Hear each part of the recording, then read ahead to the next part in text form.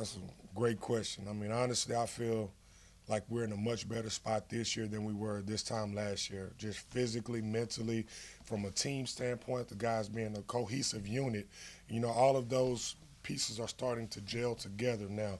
We're a long ways from where we came, but still have a long ways to go in order to get where we need to be. But honestly, this time last year, I wish I had a lot more time to get the team prepared for fall camp. And instead, we stand here today pretty happy with what we've been able to accomplish with the last 8 weeks of the summer.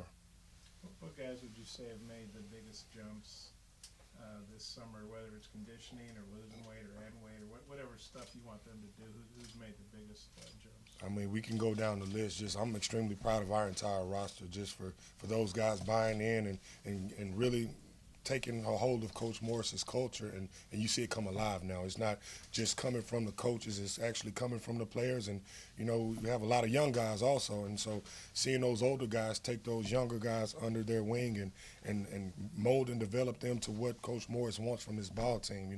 But honestly, guys that just stick off the page for me, I would have to start off with T.J. Smith. He's transformed his body tremendously.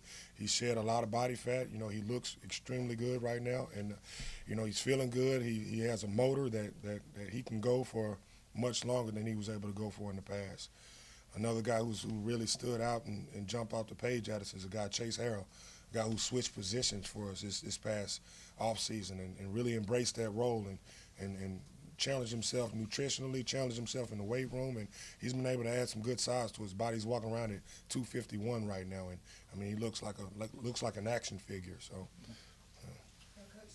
Coach Morris always talks about speed. Do you see a big difference with the guys they brought in and the guys last year, faster this time around? Absolutely. Honestly, when you bring in a class like these coaches brought in with this last group, it makes you a much better strength and conditioning coach, I tell you that. But these kids, they come in, they can fly. Obviously, the young guys that we got in January, they've been in the program a lot longer. They were able to go through winter off-season training program as well as summer. But, I mean, to see what those guys have done and also the guys that showed up June 1 and what they've been able to accomplish in a shorter window, it's just been amazing at how fast their bodies adapt to the training regimen. And obviously, that starts with mom and dad, just because they did a great job 18 years ago of putting the right genetics in them. And so we're just going to make sure we maximize that as strength coaches. Coach, we could ask this a lot, but Sorry. Trey Knox is so electric, obviously 6'5" guy. What can you tell him in terms of the strides he needs to make in terms of the weight room and just speed-wise, agility-wise? The guy obviously really impressive spring. Stay in the course. The guy's had a tremendous go at it since he's been here, since he set foot on campus. Not just physically, but mentally. He's a mature guy to be a 17, 18-year-old kid, essentially, So it's been fun to watch him just train and work and bring energy every day. He's comfortable, within the team and his role in it. And, he's never going to speak up over anybody, but he's always going to speak up when something needs to be said. But just to watch his development, he's gotten faster. He's only about 6 pounds heavier, but of that, it's like 12 pounds of muscle mass he's added since January. But, I mean, he's just been fun to watch. Coach, we get asked by fans a lot about this, but who would you say are like the fastest guys on the team, the strongest guys, top five, or just however you want to? Okay, starting off with fastest guys on the team. Obviously, you're well aware Jordan Jones. That guy can roll now. Another guy who's deceptively fast is Ladarius Bishop. Day Bishop, he's, if not faster, just as fast as Jordan Jones. I would say those are the top two right now. And, as far as strength, from a strength standpoint, John Marshall, hands down. He's the strongest human being I've ever been around. So he puts up some astronomical numbers on the clean squat and bench press. And so to honestly give him an accurate gauge of what his true one-rep max is, I can't tell you what that is because that kind of weight doesn't fit on the bars that we have in the weight room. So What about some numbers with the speed, with the guys you mentioned? those guys, they move upwards of 23 miles an hour. So we don't necessarily gauge it off of a 40 time just because we don't run 40s in football or whatever, but off of the GPS data that we collect, those guys are up there around 23 miles an hour. So. With the game adding 15 pounds, are you concerned about him losing some of his quickness? Absolutely not. He still got a 30-inch vertical and over a 9'6" broad jump. So his explosiveness is still intact because the numbers that he was able to accomplish at 280, he still accomplishes them at 296. And that's one of the biggest things that we will gauge and manage as strength coaches to make sure that the size that guys add or lose actually benefits them on the field. So if a guy puts on some weight and can't handle it, it slows him down, or it causes, I guess, different reactions within his body, whether it be back pain, ankle pain, or whatever, then we reevaluate, okay, maybe that's a little bit too much weight for you. Let's scale it back a little bit, then see how you feel. Because our job is obviously to give the coaches what they want from a performance standpoint, getting these guys prepared for their sport. But honestly, if it makes it to where it hinders their performance, then obviously that's counterproductive and not what we're out to accomplish. Coach, which player or players have assumed a vocal leadership role in encouraging all the other players? I mean, there's been a ton of guys step up over the course of the summer and really done a great job of leading. A couple names that come off the top of my head, obviously I mentioned T.J. Smith, Scooter Harris, Grant Morgan, Sosa, again, Bumper Poole, Hayden Henry, Devon McClure, all of the quarterbacks, Davion Warren, Mike Woods, Deion Stewart, Rakeem Boyd, Devwah Whaley, Dalton Wagner, and Ty Clary, just to name a few. Coach, when you're putting that's a lot. You talked about adjusting. We talked to some of the incoming freshmen before they got here, and they knew what they were getting into in terms of something that they weren't used to in the weight room. It's very different from what they were used to in high school. What was the biggest adjustment you saw from those freshmen when they stepped into your room?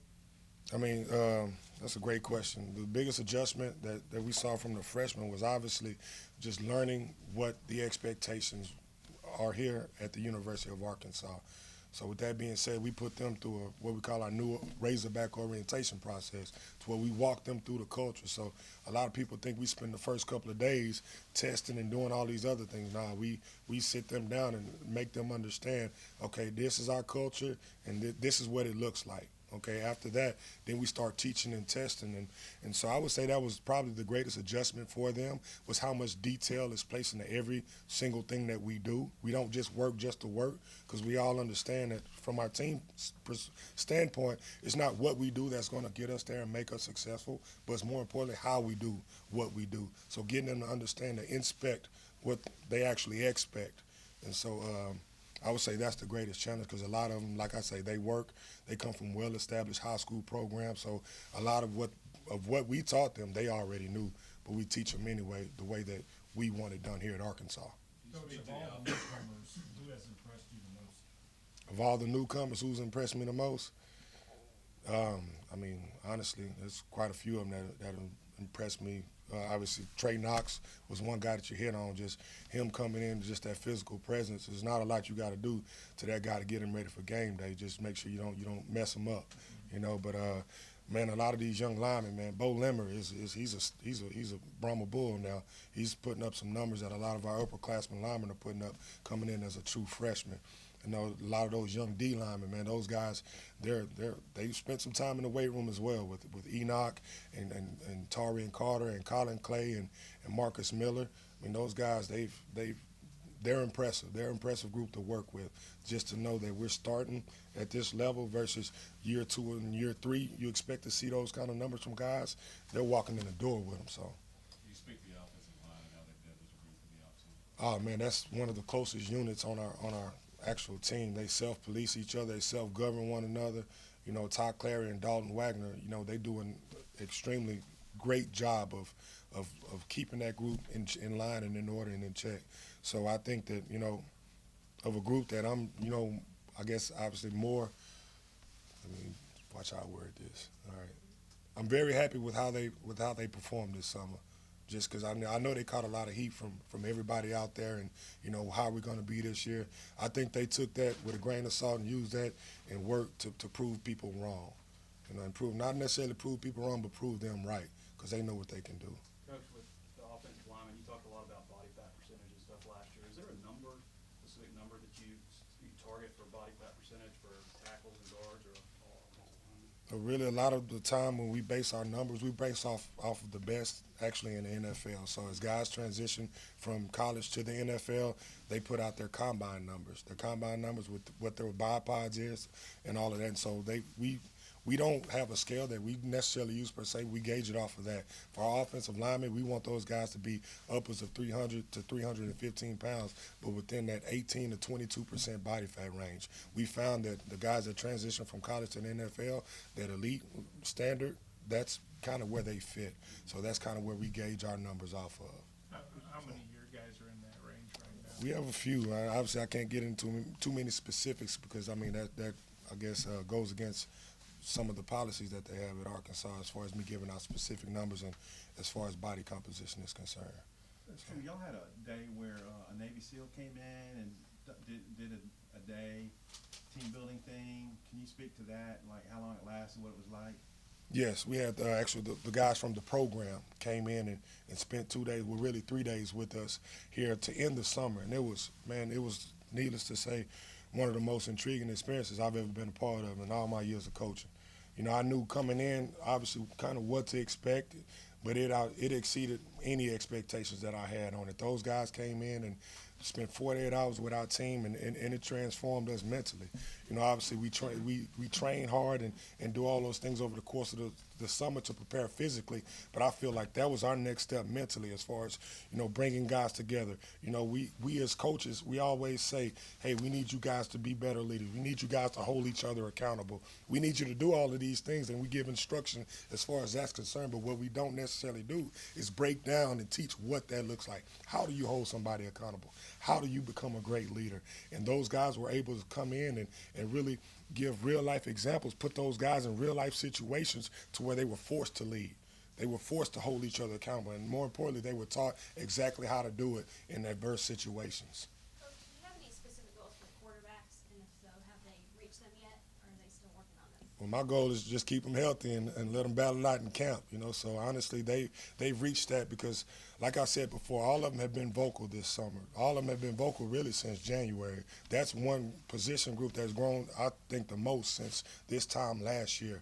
Because, I mean, you look up every time we come in on Saturdays or off days, those quarterbacks get guys together. They're throwing, they're catching, they're running routes. And, I mean, that wasn't the case last year. And they're doing – I mean, you almost have to run them out of the facility at times just because you don't want them to overwork themselves. And it's really attributed to the leadership that those guys have taken on in that quarterback room.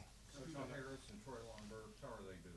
They're doing very well. Scooters, man, he's moving at faster than I've ever seen him. From an agility standpoint, he is like, oh my goodness, he's fun to watch. You know, just because you expect him. Obviously, he's he is the leading SEC tackler. So, but to see him his competitiveness within drill work, you know, it's fun to watch. And Traylon Burke, yeah, foot's 100% back. He's 100% back. Traylon Burke, same thing. I would say that they still make him wear his knee brace when he does certain things, just as a safety precaution. But when he's out there running routes and doing all of that, yeah, he looks really good, really fluid.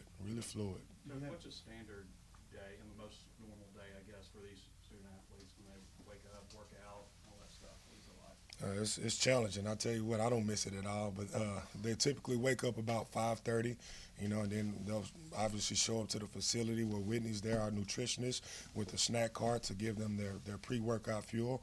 And so whether we're running or lifting first that day, they'll obviously get dressed for that. Then we'll have an 45 minutes or an hour-long training session that morning. Then they'll leave there, go to breakfast. They have mandatory breakfast. And that's another thing that's brought us closer together as a team. They'll enjoy that breakfast together. Then from there, they'll go to study hall or class, what have you, and go their separate ways.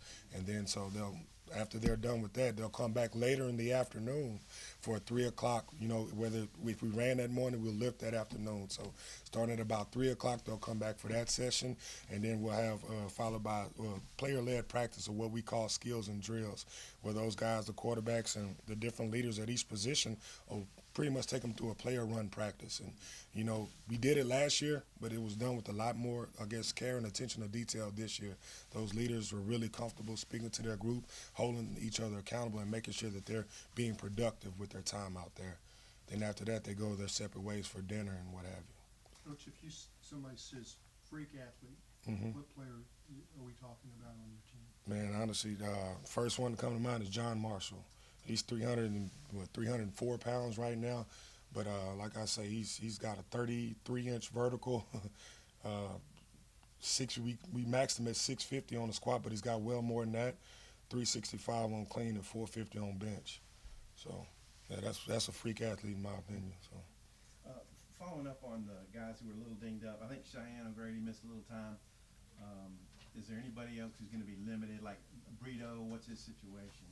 I really can't speak to injuries. Obviously, that's more of a question geared towards the athletic trainer, but I can tell you that Cheyenne O'Grady is 100% full go. He didn't need any modifications or any adjustments for the course of the summer. He was able to do everything and look good doing everything. Jalen Carroll, I know he's coming off knee surgery. I think Chad said he's here and he's looking pretty good. How's he doing in the workouts and stuff? He's doing phenomenal. He's probably pound for pound, that's one of the strongest freshmen to come in that group, just because he came in with some unbelievable numbers also. But he's a guy that's one of those extra work guys that's going to be up there 8 days a week. So honestly, really have to monitor and watch his extra work, make sure he's not running himself in the ground, because it's going to be a long season for in the SEC. So. Time for two more. Soley was kind of a slender guy when he came here. Mhm. Taylor. How does he look? He's up to 240 right now, so he's added quite a bit of weight, and it looks really good on him. So, but he's a guy that his numbers actually went up. He's up to I want to say like a 33, 34-inch vertical. When that was from a 30 when he was at 218 pounds. So he's a guy that, genetically he's very gifted. He's very gifted, but he has the work ethic to match with what his parents already gave him. What kind of summer has Zach Williams had? He's had a phenomenal summer also. He's up to over 230 pounds now. So he's a guy that really has put in the work, and he's a guy that has a 35-inch vert. He has the highest vert in the D-line room. So he's extremely explosive. He's impressive. So, and it's just the beginning for him, just because he has if you look at his frame, he's filled out some, but he still has a long way to go before he maximizes what his frame can actually carry. So. All right, thanks, Chris. Thank you.